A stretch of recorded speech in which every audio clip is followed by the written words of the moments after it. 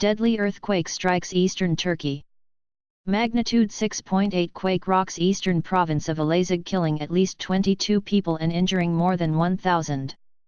Rescue workers raced against time Saturday to find survivors under the rubble after a powerful earthquake claimed 22 lives and left more than 1,000 injured in eastern Turkey. The magnitude 6.8 quake struck on Friday evening, with its epicenter in the small lakeside town of Sivrice in Elazig province, and was felt in neighboring countries. Interior Minister Suleiman Soylu said 39 people have been rescued alive from collapsed buildings in Elazig province, with a further 22 people estimated to be trapped under the rubble. He said the death toll had risen to 22. Officials confirmed that the death toll from an earthquake that rocked Turkey reached 29 people, with more than 1,000 injured, according to the Associated Press.